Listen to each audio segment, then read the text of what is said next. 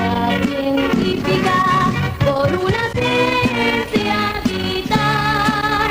El alma mater nos unirá y para siempre será. Más de 2.000 profesionistas egresados de 17 carreras. 10 años cuentan. Universidad Autónoma de Ciudad Juárez. Una promesa cumplida.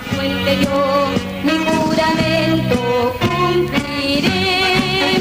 La Dirección de Difusión de la UACJ presenta su programa Imágenes. Todos los días de todo el año, la UACJ se manifiesta, se comunica, expone ante la opinión pública sus actividades, sus proyectos, sus metas, sus logros. Informa de su participación académica, cultural, artística, deportiva y social, bajo la guía rectoral del licenciado Carlos Bernardo Silveira Saito. Al firmamento elevaré. Amigos, ¿cómo están todos ustedes?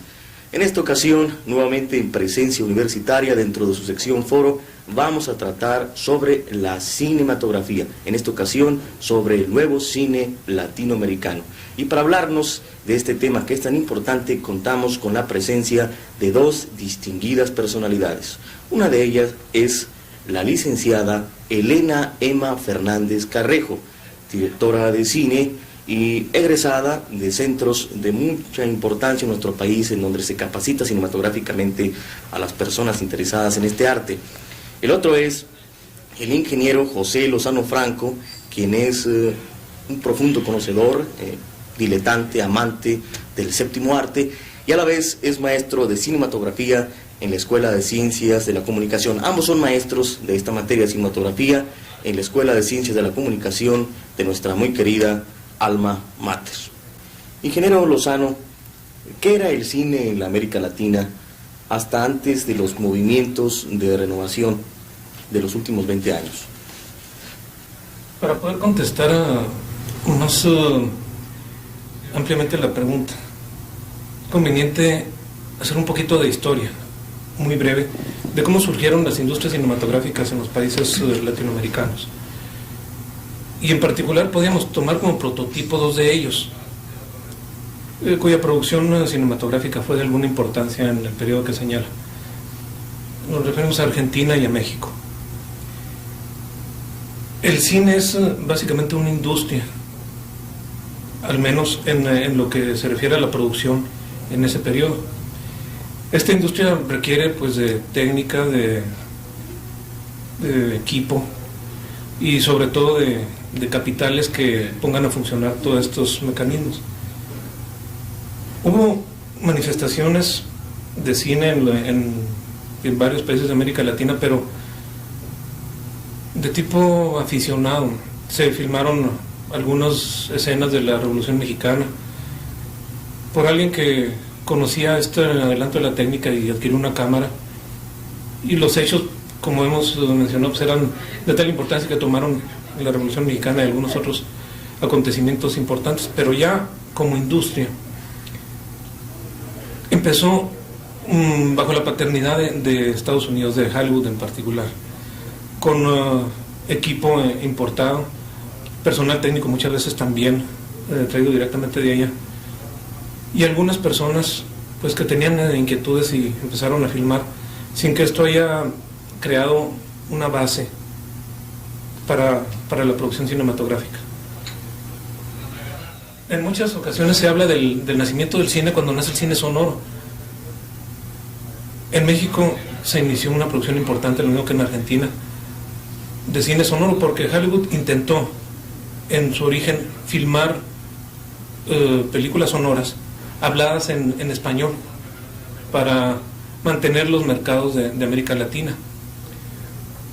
El obstáculo que surgió al aparecer el sonido pues era el del idioma. Anteriormente no se preocupaba Hollywood por eso, sus películas silentes pues podían ser exhibidas en cualquier país del mundo. Entonces trató de salvar ese obstáculo con ese tipo de películas. Artistas como Elindo Fernández, Tito Guízar, Lupe Vélez empezaron a filmar en Hollywood habladas en español. Pero los países también los países latinoamericanos pensaron en producir sus propias películas y se desplazó esa producción muchas veces pues financiada por los mismos Estados Unidos. Empezaron a surgir temas propios de Latinoamérica ya por gente que había tenido la experiencia latinoamericana, y en México pues, surgieron un Fernando de Fuentes con una óptica muy personal y pues de trascendencia sobre la Revolución Mexicana. En Argentina pues, el folclore argentino fue material para el cine. Hubo un auge de estas industrias. También por un retroceso de la industria norteamericana debido a la depresión y posteriormente la Segunda Guerra Mundial. Eso le dio auge a los países latinoamericanos en la producción cinematográfica. Pero esta situación no permaneció durante mucho tiempo y una decadencia de las industrias.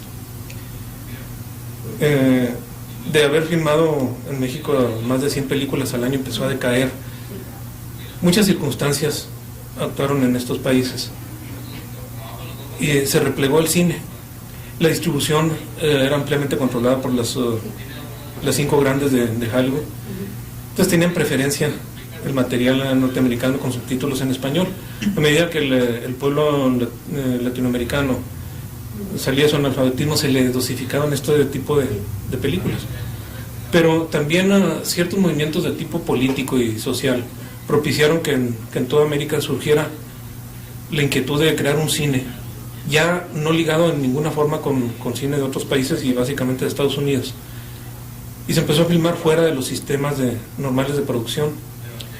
Se hablan en varios países, uno de los más importantes en Brasil, el cine nuevo de Glover Rocha, y otros más en distintos países, que ya trataban de llevar una realidad latinoamericana a la pantalla, que no fuera simplemente el entretenimiento que nos brindaban pues las películas que normalmente se producían y que habían llegado a una calidad bastante baja, a pesar de que nunca se alcanzó una calidad de importancia. Eso es muy interesante.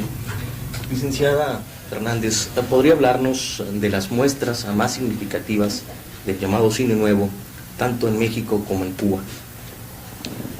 Bueno, retomando el término nuevo, yo quisiera decir que esta cuestión nueva, que se inició muy significativamente en el cinema nuevo, no sé, nos suscita preguntas, ¿no? Porque, ¿qué es lo nuevo realmente? ¿Es lo nuevo en el tema, lo nuevo en el lenguaje cinematográfico, lo nuevo, digamos, buscando al espectador nuevo, un espectador más concientizado? ¿Es lo nuevo en un mercado de cine? ¿Qué es lo nuevo, no? Yo creo que la constante en todos los países en donde hubo un resurgimiento cinematográfico es la búsqueda de la identidad nacional. Como mencionaba el ingeniero Lozano, había una especie de colonialismo con respecto a la cinematografía, ¿no? Como en otros aspectos de la realidad latinoamericana, que subsiste en la actualidad. Ahora, esta reacción de hacer las cosas nuevas era porque la realidad así lo favorecía, ¿no? En algunos países.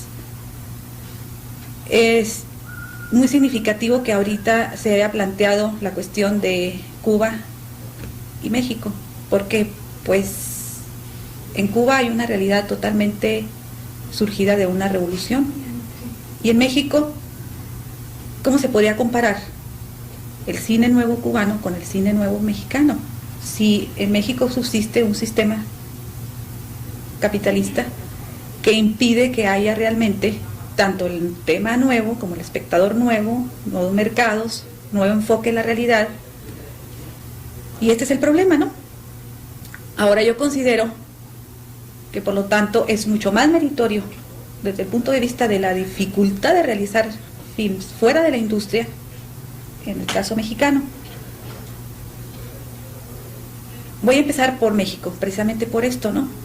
Porque hay mucha divergencia con respecto a lo que es nuevo actualmente en México.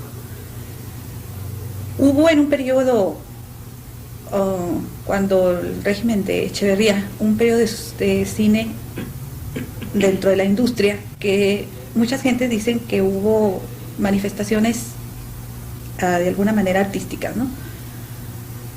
En aquel entonces era Felipe Casal, Ripstein, Jorge Fons y otros cineastas.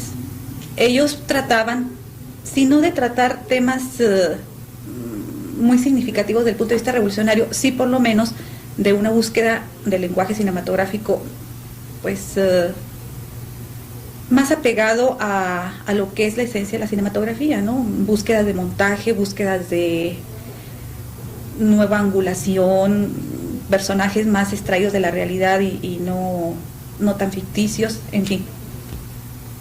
Se me ocurre ahorita la película de Los Albañiles, por ejemplo, de Jorge Fons, que es una adaptación de la obra de teatro de Leñero. Se me ocurre Canoa, que esta película tenía un guión extraordinario de Pérez Turrén, y se me ocurren muchos otros títulos, pero realmente lo significativo para mí, desde mi punto personal, es el cine de dos cineastas que pueden ser Paul Leduc y Eduardo Maldonado. Este último hace exclusivamente cine documental y es el actual director del Centro de Capacitación en México. Y su último documental ha sido premiado en Europa, La Una de los Tiempos, que trata el tema de la contaminación del petróleo en el sudeste. En el caso de su otra película también muy elogiada es Jornaleros. En el caso de Paul Leduc es muy interesante la obra de este cineasta, puesto que su primera incursión en el cine mexicano fue con la película México Insurgente. Se hizo totalmente fuera de la industria en 16 milímetros, con una producción financiada por él mismo y por sus amigos. Los actores son gentes del medio artístico de México, pero no son actores profesionales, algunos. El guión lo hizo una persona que es una gente muy competente, escritor, traductor, Juan Tobar, y juntos todos los amigos y todos los compañeros que les gusta el cine emprendieron esa empresa tan verdaderamente extraordinaria como es lanzarse a hacer una película a largometraje de ficción con un tema de la Revolución Mexicana. Y el resultado fue verdaderamente extraordinario, a tal grado que la industria absorbió la película, se le hizo un blow-up para 35 milímetros que permitiera la circulación en las salas comerciales.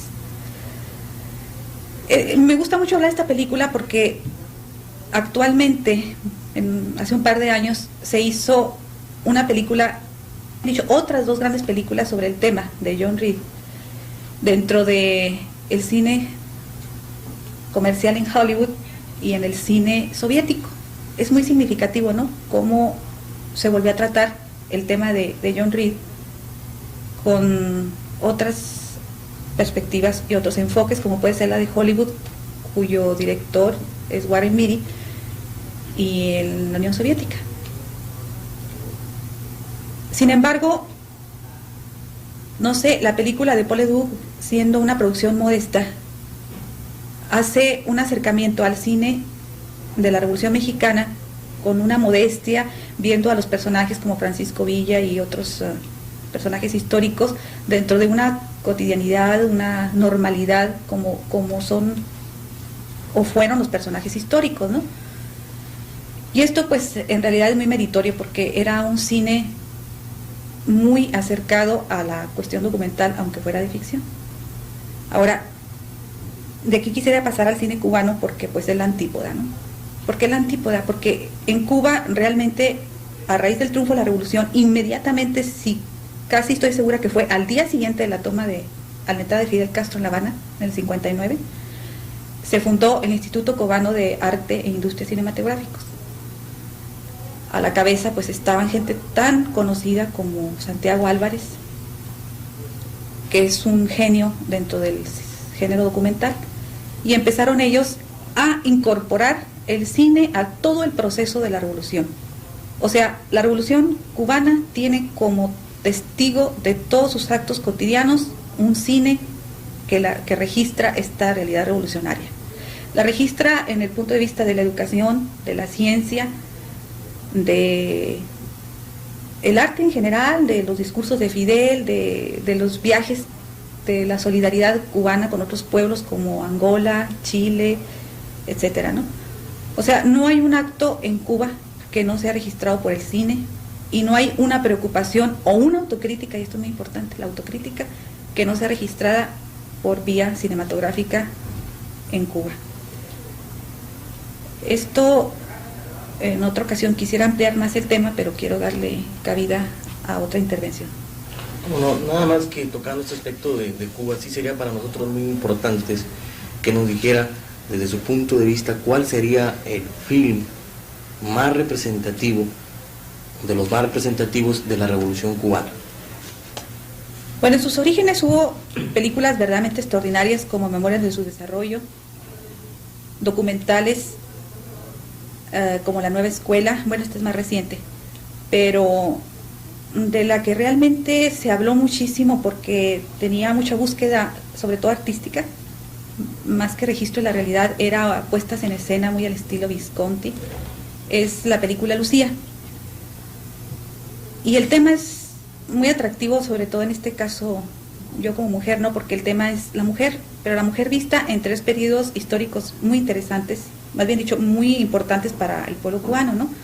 Es la mujer vista en el primer episodio en la época de la colonia y las luchas en la independencia cubana. Luego, el segundo episodio es la mujer protagonista de la insurrección en contra de Machado, o sea, los años 20. Y la tercera es la mujer en esa vorágine que fue la Revolución Cubana, ¿no? Entonces siempre es el tema de la mujer y su incorporación a la historia. Es la mujer vista desde el punto de vista de la ternura, del romanticismo, de cómo la mujer, en el primer episodio, por ayudar al hermano que estaba luchando por la independencia cubana, se incorpora sin mucha concientización, pero sí con un amor filial, por decirlo, ¿no? En el segundo episodio es la mujer que también, vía romántica, se incorpora a la lucha en contra de Machado.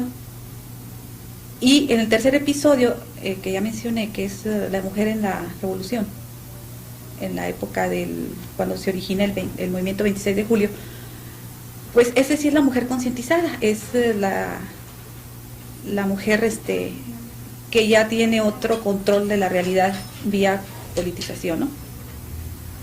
Pero también es la época en donde surge el machismo, el hombre que todavía no quiere que la mujer intervenga en muchas facetas de la revolución, y este tema sigue tratándose mucho en la cinematografía cubana, ¿no? Hay otra película, Teresa, en donde actualmente se analiza que después de 20 años de revolución todavía existen problemas como el machismo y esa posesividad que tienen todavía los hombres para que la mujer no esté mucho tiempo fuera de su casa haciendo labores extradomésticas, ¿no? O sea, quiero subrayar que este tipo de cine en Cuba es muy atractivo porque siempre está basado en la autocrítica, que me parece a mí muy saludable. Muchas gracias. Ingeniero Lozano, ¿por qué a nuestras salas cinematográficas aquí en Ciudad Juárez llegan tan pocas, mínimas muestras de lo que es el cine nuevo latinoamericano? Bueno, la situación no es exclusiva de Ciudad Juárez, en general en el país. Podemos decir que de hace 20 años, 25 años, la distribución empezó a ser cada vez más deficiente desde este punto de vista. Basta observar una cartelera de cualquier ciudad del país, incluyendo el Distrito Federal. Veremos que en su gran mayoría, y a veces en su totalidad, solamente hay 2 tipos de películas, las nacionales y las norteamericanas. Y de las nacionales, desgraciadamente, no lo que siquiera tiene un poquito de calidad, sino películas como las que vemos aquí, que Modelos de Desnudos, que Las Ficheras, todo ese tipo de películas que están hechas con un criterio exageradamente comercial que se olvida de cualquier posibilidad de, siquiera de decoro, en los temas, en la forma de presentarlo, etc. Producciones de muy bajo costo que quieren obtener dinero con su distribución.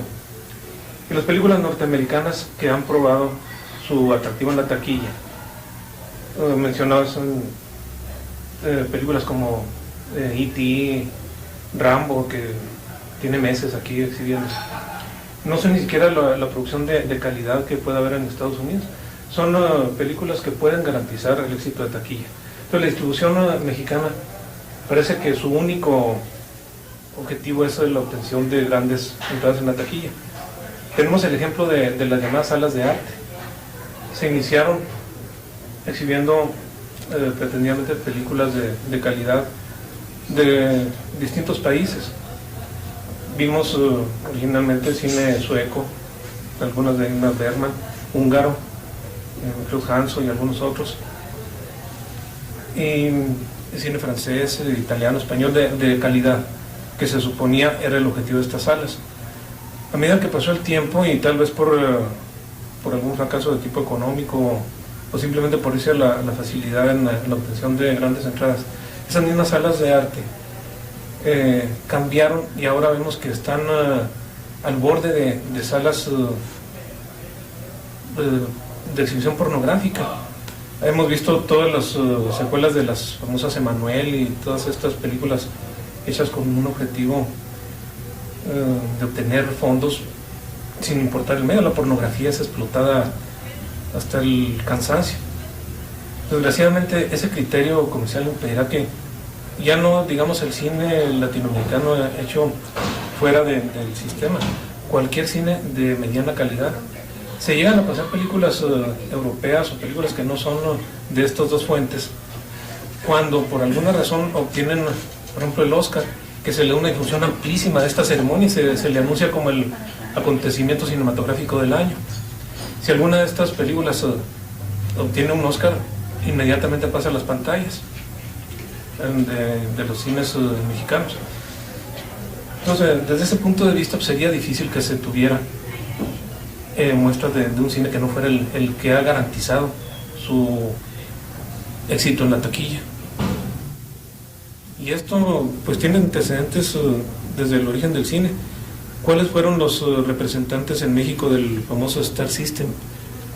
Es un Pedro Infante que nunca logró nada de ni siquiera mediana calidad. Cantinflas, que en cuanto a taquilla se le compara con Charlie Chaplin, siendo que desde el punto de vista artístico estamos hablando de una distancia tremenda. A Charlie Chaplin se le ha comparado con Shakespeare, con los grandes clásicos de las artes universales. ¿Y a Cantinflas con quién lo podemos comparar? Con un payaso carpero que vino a más. Bien, muchas gracias, ingeniero. También es importante que nos dijera Alicia Fernández cuáles serían los cineastas mexicanos independientes más sobresalientes. Esto porque ya hemos visto que el cine como industria se divide en tres fases muy importantes, que son primero la producción, después la distribución y finalmente la exhibición. ¿Cuáles serían estos cineastas? Bueno, lo mencioné anteriormente, ¿no? De los cineastas mexicanos valiosos, cité a Paul Ledoux con su obra México Insurgente, de John Reed, su película Mezquital, documental, y mencioné a Eduardo Maldonado. Está el caso también de Jorge Fons, que es un cineasta que ha trabajado siempre dentro de la industria, pero con una calidad cinematográfica que sobrepasa el estándar. Afortunadamente hay dos escuelas de cine y de ahí están saliendo muchachos que tienen pues una visión diferente, más ambiciosa para hacer cine nuevo. El problema estriba en que ellos se van a enfrentar a un callejón sin salida dentro de la distribución de sus films, porque independientemente del problema de la producción, que ya es en esta crisis actual económica, y es verdaderamente prohibitivo hacer una película, sobre todo a nivel estudiantil, aunque las escuelas estén financiadas por el Estado. Entonces, se encuentra el problema de la distribución. Yo quiero mencionar un fenómeno muy interesante que está sucediendo en México actualmente y lo menciono para las gentes que tienen inquietudes como realizadores cinematográficos, que tienen sus peliculitas, las tienen guardadas y no tienen quien se las distribuya. A raíz de la fundación del Centro de Capacitación en México, dependiente de la Secretaría de Gobernación, hubo unas personas egresadas de este centro que se dedicaron con una preocupación y una vocación política muy interesante, que actualmente viajan por todo el mundo para llevar a cabo esa preocupación, que es la de distribuir todos los filmes interesantes desde el punto de vista creativo que se están haciendo en México. Esta distribuidora se llama Zafra, está manejada por jóvenes exclusivamente y hacen recorridos constantemente a todos los países del mundo y distribuyen todo lo que es significativamente en cuestiones de calidad y de mensaje, no quiero usar esta palabra, de tesis política en México. Muchas gracias. Licenciada Renema Fernández Carrejo, ingeniero José Lozano Franco, muchas gracias por haber estado en este programa. Y a ustedes, amigos, gracias por su atención y síganos acompañando en estos programas de presencia universitaria dentro de su sección Foro. Por su atención, muy amables. Por una vida científica, por una ciencia vital. Esta fue una presentación de la Dirección de Difusión de la Universidad Autónoma de Ciudad Juárez. Siempre será.